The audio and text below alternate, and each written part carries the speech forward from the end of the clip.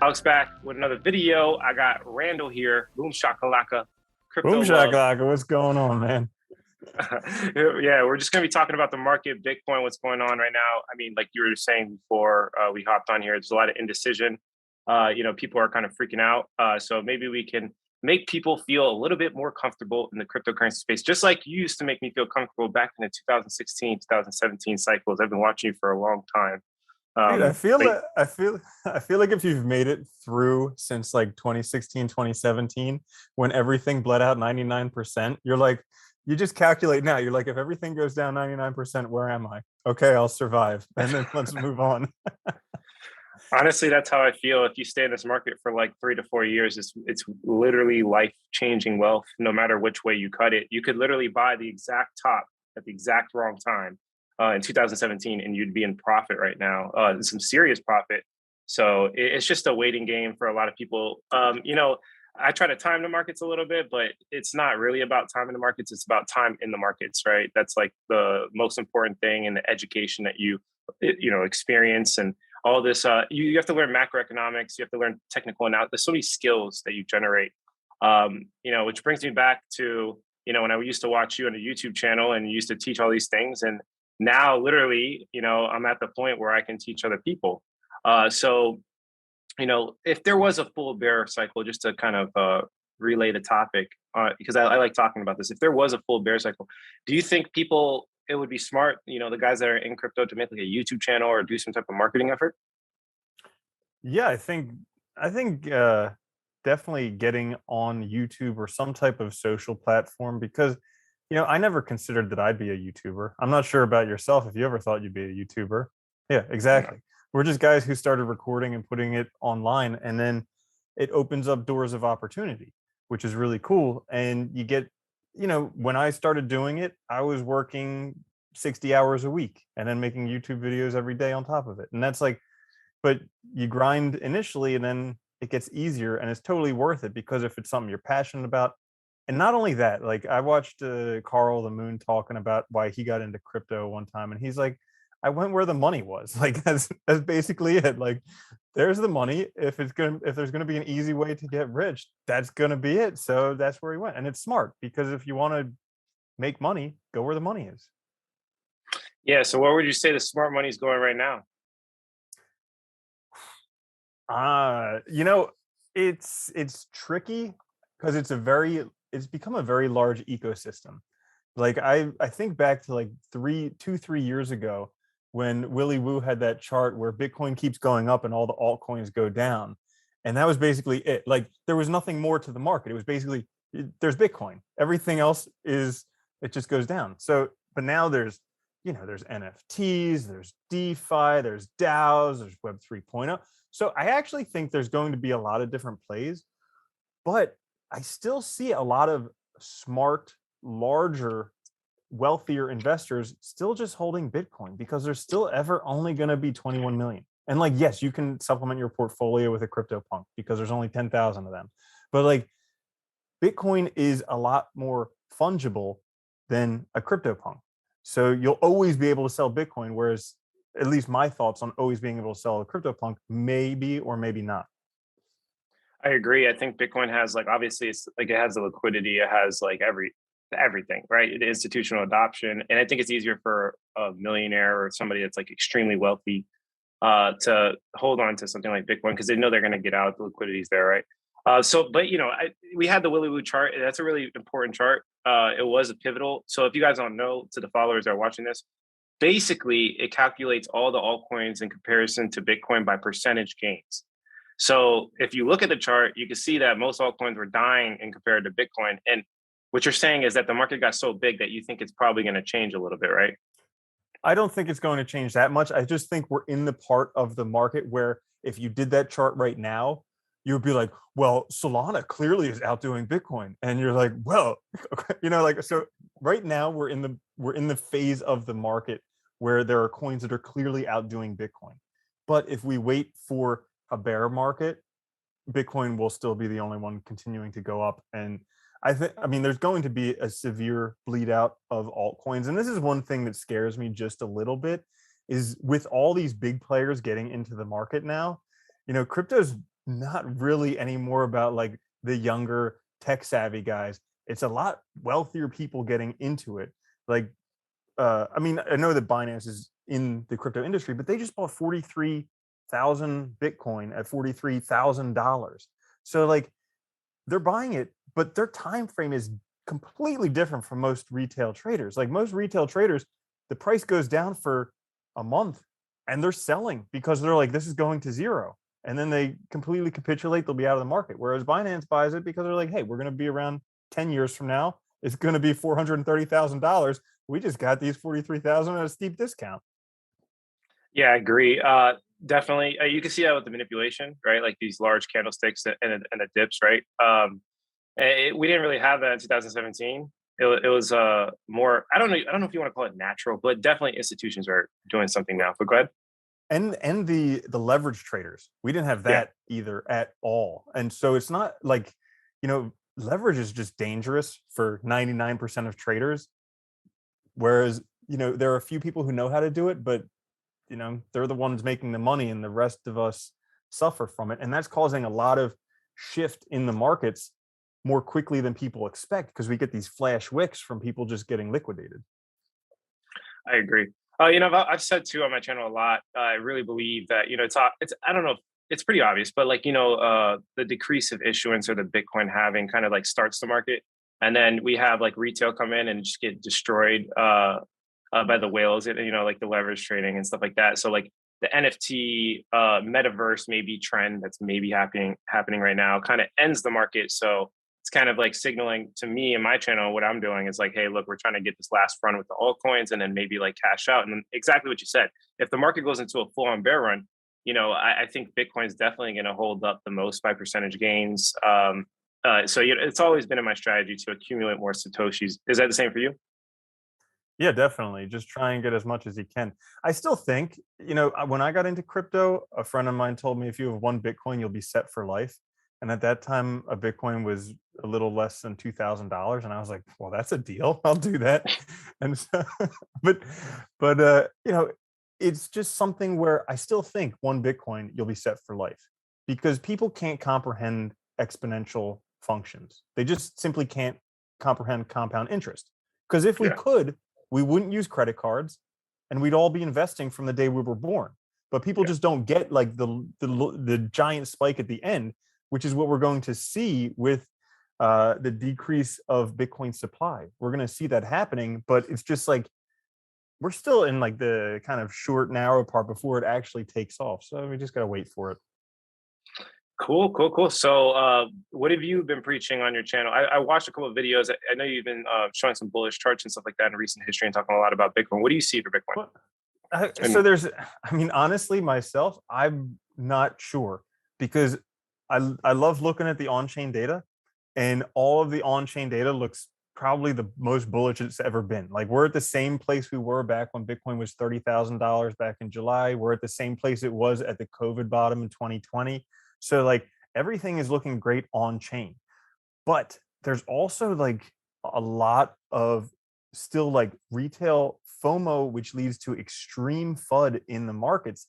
And that I think that for that reason, I kind of preach patience because if you're not like, I mean, you have to be serious with yourself that things could go down 90%. There's really like no way to sugarcoat it. It's possible. I hope it yeah, doesn't. It would be extremely unlikely for Bitcoin to get below $20,000.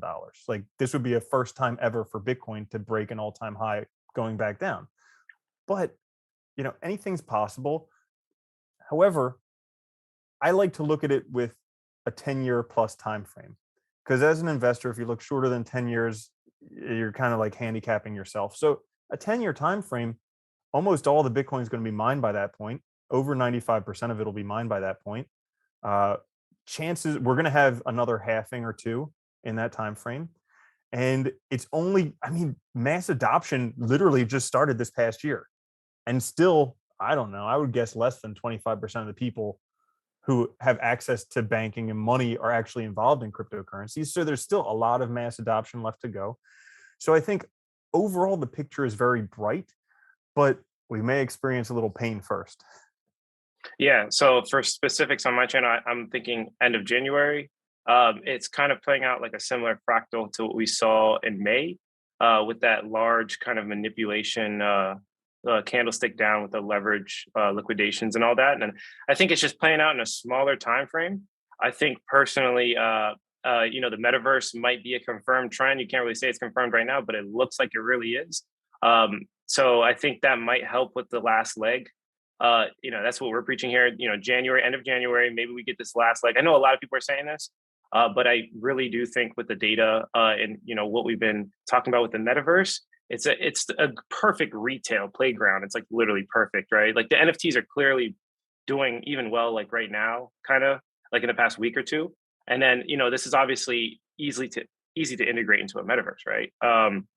So that's what we've been talking about. I think maybe in the next couple of months we see one more hoorah, like everybody was saying, and then I think exactly what you said. We're gonna have maybe like the market coming down. Like people have to understand that it can drop 90%. It's done it every single time, and this is not different. And like you said, people are thinking on longer time frames. Like people that understand crypto with a lot of money, they don't care about 1 year. They care about, so they'll do everything in their power to, if anything, they want it at a cheaper price, right? So they're gonna bring the price down and try to accumulate where people are panicking and freaking out. So I always tell people, invest in your education, think about it long term, think about 3 years, man. Like you could change your life in 3 years. Look at me, right? It's been 3 years and I changed my life, right? I was on the other receiving end, watching YouTube videos, learning crypto, and I made millions of dollars, before the age of 27, right? So it's like who, like didn't Jeff Bezos make his first million when he was like 33 years old or something like that? It's like you can get rich now very fast. You just got fast is different to everybody, but it's usually 3 to 5 years, right? 3 to 5 years, I would say. Cool. Yeah, dude. I was the same way. I was watching Becker make SEO videos back like 10, 15 years ago. And now here he is making crypto videos, a new Yeah. entrant Yeah. into the space. But yeah, going back to Bitcoin price. So I think there's like a couple areas, at least for me, because right now we're in this sideways area that doesn't tell me much of anything that's going on. So I think if we get to $30,000 and go below that, then I'm definitely bearish for a while. Yeah. Okay, Yeah. because Yeah. we have a double top confirmed and it could go way down. But Yeah. getting above 53, that would be somewhat bullish. But right now we've just been kind of in this sideways area. The other thing, so if we do go bullish, because I don't want to look at the bearish scenario, we all know what that could look like. But Yeah. if we go bullish, so like we had Bitcoin hit 60, Bitcoin hit like 65, Bitcoin hit 70, and then now everybody's going to be if it does head up in that area, Bitcoin doesn't like to repeat itself 3 times, I've noticed. So like it'll either blow through or it'll make it to like barely 60, and then that'll start the bear market because everybody will be selling before the other person is selling. So I think that thinking now what your strategy is for both scenarios, because right now we're in a sideways market. Nobody knows what's going to happen. But what's your strategy for if Bitcoin hits $30,000? What's your strategy for if Bitcoin hits above $53,000? And then actually executing on that strategy. Yeah. So, I would like to answer that. So, like, I've been thinking a lot about that. I think right now, with this layer 2 kind of multiverse and DeFi, has been an opportunity for yield that we've never seen before. I mean, I was trading on Tron when that was like the DApp of choice, or the DApp platform of choice. And, now I went from like telling people about Ethereum and $150 transaction fees into the liquidity pool and 150 out. And now we see like layer 2 is doing very well. And I think this is a very big opportunity. Like this is bigger than people think. And I think, the NFTs and the metaverse is taking away from it. But like through the bear run, like I can easily get 35% APY. And that's like super conservative. There's other people, especially if you have like less than 50 grand. Like if you're a multimillionaire, that's a different scenario. You can't get like 35% on like, $20 million. But, the fact that you can move into these liquidity pools for less than $1 and move out is an opportunity we never had before. And, I think that DeFi will do very well during the bear one, at least for, you can do stable coin yield strategies. You can even the crypto you have, you could leverage it. so you don't have to sell through the bear run, because that's a big problem for a lot of people is they don't have the cash flow. They went full-time crypto. It happened to me. I went full-time crypto in 2017. Bear market hits. I have no money to pay bills. I have to sell crypto, right? And the one thing you don't want to do is sell during a bear run. So you have these like LUSD opportunities where you could leverage instead of selling it, just like MicroStrategy, you take a loan out on it, right? So I just feel like even if we go into a bear run, there's still no better investment vehicle. Like what else are you going to invest in? Like real estate, stocks. Like you're not going to get 35%. Like we're going to get index investing for 7% a year. You know what I mean? So it doesn't really matter as long as you stay in cryptocurrency for a long period of time. Just kind of like we were talking about before, it doesn't matter. I did want to add on that on-chain metrics because I've been doing some deep investigation. I've been taking on-chain metrics a little bit more serious. I think the reason why I look so bullish is because it can't be tampered with.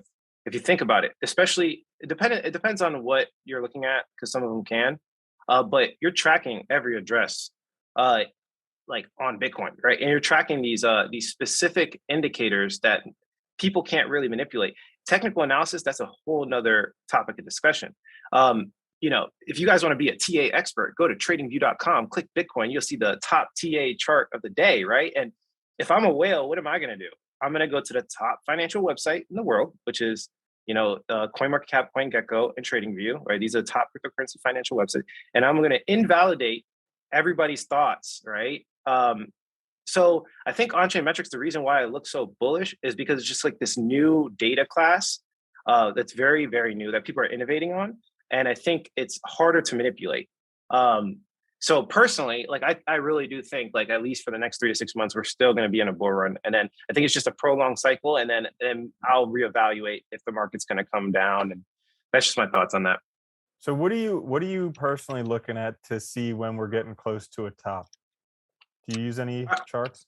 Yeah, so I use a combination of a lot of different things, but I will say though, it's weird, but I like more of like sentiment. I think I'm like more of a psychological person, and maybe it's because I'm a YouTuber and it's like the marketing thing, right? I think that's a big there's this book I read. It's called Narrative Investing, and I typically with bigger cycles I look at that. So like right now, that's why I was saying kind of original back to my thesis. I believe that metaverse is still a thing. I went to the CES conference and just recently in what is it? Sorry, Vegas. And basically they're all harping on metaverse. They had nothing to do with the metaverse. There's all these tech companies, nothing to do with it, but they're just using this buzzword just to like for good marketing and stuff like that. So clearly the reason why they're using it is because people, they want it and it's going to be probably a trend. So from narrative investing, I'm looking at, okay, people are probably going to jump in on the metaverse. Facebook is pushing it now for a reason. They probably think something's happening with it. They're going to keep pushing it. And then people are going to move in because of that reason into cryptocurrency. And then, this will probably cause that last cycle, right? This will like all of these new people. Now we could get specific. We could look into like, data science charts and stuff like that. But I think that's probably the biggest reason for my decision of the top. I want to see that kind of like euphoria, all these new people coming in and, my grandma talking about Bitcoin. And then I'll think about selling a little bit more. I mean, you're so spot on with the sentiment thing because I do a lot of work at a co-working space. And I literally remember like the top back in, what was it, January or February, something. I was just starting at a new one. And so I was introducing myself to people and I'm like, what do you do? They're like, oh, I'm a crypto trader. And I was just like, And there were like 5 people working there who were crypto traders. I was like, Yeah, we're getting to that point. Everybody's a metaverse creator now, right? Everybody got metaverse. Right? Yeah, so absolutely. maybe that called the top, but I think we still have a little bit of gas and take. I've been investing like it too. I've been investing so I put my money where my mouth is. I haven't really taken too much profit, just to like pay a little stuff, but I've been investing, leveraging up, not leveraging like crazy, but like kind of taking loans out and buying some more crypto and stuff like that. What have you been doing with your portfolio and stuff? So the first thing is I just wanted to like touch on the two charts that I look at to kind of signal the top. So the one is the pi cycle top chart. That one's been really accurate. And then the kind of index of a whole bunch of top charts, cbbi.info. That's a really good one because it takes a look at like 11 different indicators and it's pretty accurate. And right now it's like 40 some %. So we're not even close to a top. But you know, I'm basically the same place that you are. I'm definitely not selling any cryptocurrency. Basically, what I've been doing over the past year is just uh, basically selling enough into stable coins or cash or something like that so I can survive until the next bull run. That's basically been my strategy, you know. So that's the Yeah, I way. think a lot of people when they're like, YouTubers are always buying and stuff like that, they think that we're playing around, but it's like the best strategy. It really is. Oh If you yeah, just all I wait, do is buy as much as I can. There's no you just the yeah, you buy as much as you can, you build your cash flow. Buy as much as you can, build your cash flow. It's that simple. And that's why I kind of like started off in the beginning. It's like, look, we go into a bear run, guys. Put your will, your might behind this, right? If you really love crypto and you're really in for the long run, tell someone about it. Tell 10 people, tell 50 people. Eventually, those 50 people follow you because they think you're an expert. Eventually, that 50 people turns into 2,000. And then next thing you know, you have a Twitter account. You don't even have to put your face if you don't want to. You can go anonymous at this point, right?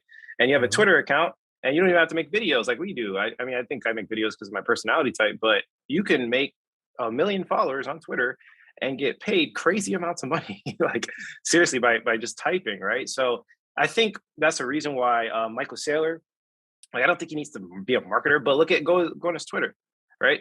Like everyone in crypto, I think has an obligation to educate others. Like I don't care what type of crypto trader you are, that is like the one factor that's missing is just more education because it's like a hard learning curve. It really is. You have to learn a lot. So it's everybody's obligation. If you just take that more serious, right, and become like a serious educator, number one, you're pumping your own bags, of course, right? You're spreading the good word of crypto. And number two, you're building cash flow to buy the dip, like all of us, right? Because I could buy the dip, with all of my cash flow from YouTube and my business I created, right?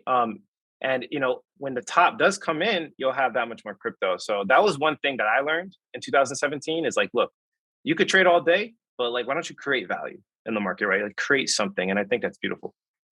Yeah, that's well put. Is creating value because I think we're coming to an age where infinite value or like abundance is really possible because you can literally take a computer and sit down in front of it and impact the lives of so many people.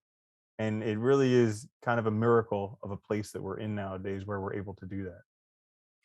Yeah, yeah, I agree, man. I agree. Yeah, Anyone can make a business nowadays. You just need a laptop, a microphone, and you're good to go. All right, cool. Did absolutely. you have any comments or concerns, thoughts you wanted to share before we conclude this? No, I think we're doing pretty good. I like your strategies there. I'm actually going to start looking more for some more sentiment based things that I can look for to kind of add to the top because I know there's like the Bitcoin search term on Google, but now you also got to look at like the DeFi search term and the NFT search term and metaverse and Web 3.0. But yeah, that's a great idea.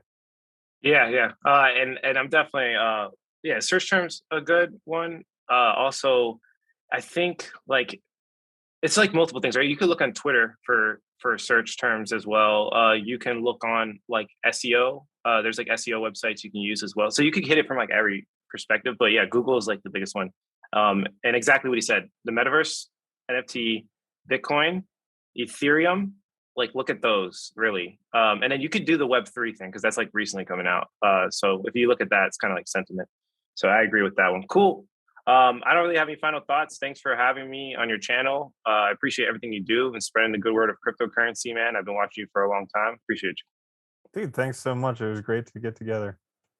Yes, sir. If you like the quality of this All right. content, hit like. If you don't, leave some constructive criticism, subscribe for more video updates. And like I always say, if you don't get with it, you will get left behind. Thanks for watching this, guys. Catch you in the next one.